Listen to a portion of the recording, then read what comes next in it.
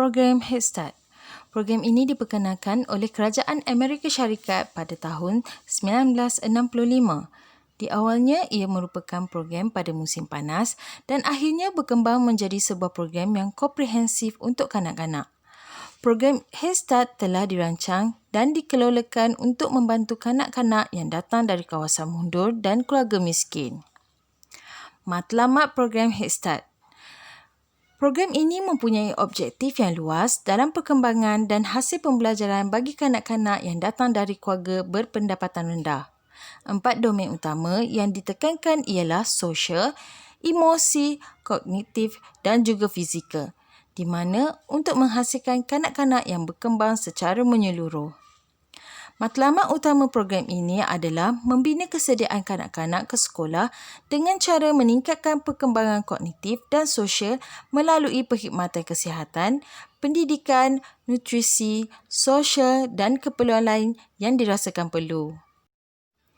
Antara komponen program Head Start terdiri daripada pelibatan ibu bapa, kesihatan, pemakanan, pendidikan, perkhidmatan sosial, ketidakupayaan serta kesihatan mental. Guru menyediakan aktiviti dan peralatan yang dipilih untuk menekankan pembelajaran pengalaman konkret kepada kanak-kanak seperti berikut. Pertama, memupuk konsep kendiri yang positif. Kedua, menggalakkan kanak-kanak berfikir. Ketiga, menggalakkan perkembangan bahasa. Seterusnya, memupuk kemahiran dan perkembangan fizikal.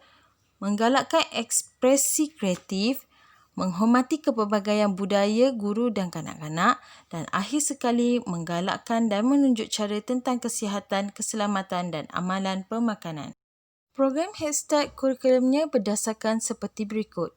Pertama, amalan kurikulum yang bersesuaian dibentuk untuk membina pengetahuan kanak-kanak dan kemahiran dalam setiap aspek perkembangan, iaitu fizikal, emosional, sosial dan intelektual.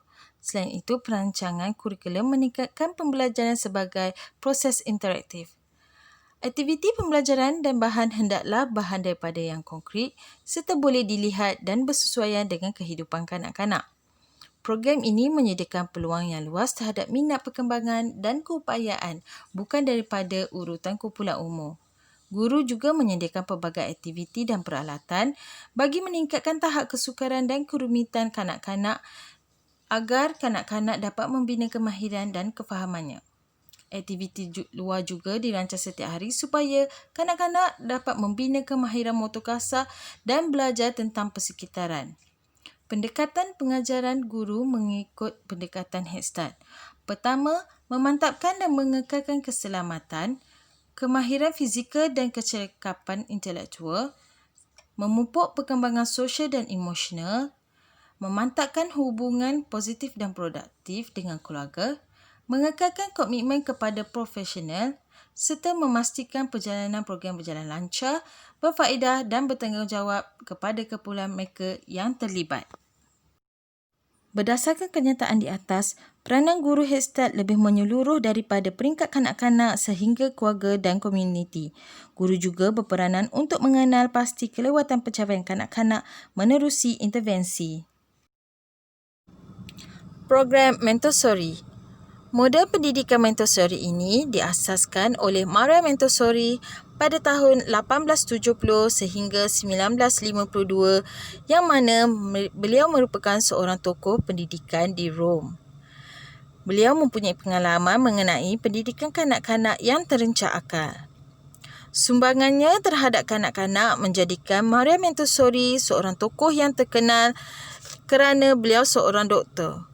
Melalui kaedah pembelajaran yang diperkenalkan oleh beliau kepada kanak-kanak cacat, beliau mula menerapkan kaedah ini kepada kanak-kanak biasa. Beliau yakin bahawa kaedah yang digunakan ini boleh mendatangkan hasil pencapaian yang lebih baik kepada kanak-kanak istimewa dan boleh memperbaiki kanak-kanak normal.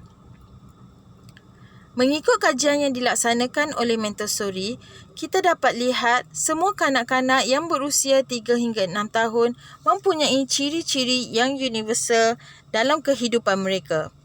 Ciri-ciri berikut adalah yang pertama, semua kanak-kanak mudah untuk menerima sesuatu pembelajaran. Kedua, semua kanak-kanak melalui peringkat umur yang sensitif. Ketiga, semua kanak-kanak ingin belajar. Keempat, semua kanak-kanak belajar melalui bermain dan bekerja. Kelima, semua kanak-kanak melalui berbagai peringkat perkembangan. Dan akhir sekali, semua kanak-kanak ingin berdikari. Matlamat program ini adalah sebagai satu pembentukan individu yang menekankan intelektual secara umum terhadap sesuatu subjek. Di samping itu juga, pengurusan bahan dengan menggunakan bahan yang konkret yang dibina adalah khusus untuk mengajar. Visi dan misi Montessori. Montessori mempunyai visi untuk mendukung dan membimbing kanak-kanak menjadi individu yang cerdas dalam menghadapi era globalisasi. Visi Montessori.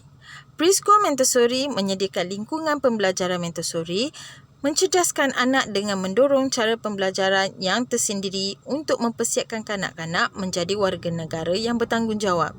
Selain itu, Preschool Montessori menyediakan lingkungan pembelajaran Montessori kepada semua kanak-kanak berumur dalam lingkungan 3 hingga 6 tahun untuk mengembangkan disiplin mereka dengan bebas belajar dan berkarya secara bertanggungjawab. Misi Montessori. Preschool Montessori mempunyai misi yang tersendiri seperti menyediakan prasarana dan lingkungan pembelajaran yang aman dan kondusif, memberi pendidikan yang bermutu dan kesempatan pembelajaran kepada anak, menitik beratkan nilai-nilai murni dalam kalangan kanak-kanak, serta mendukung pertumbuhan akademik dan emosional anak sehingga anak terus berjaya.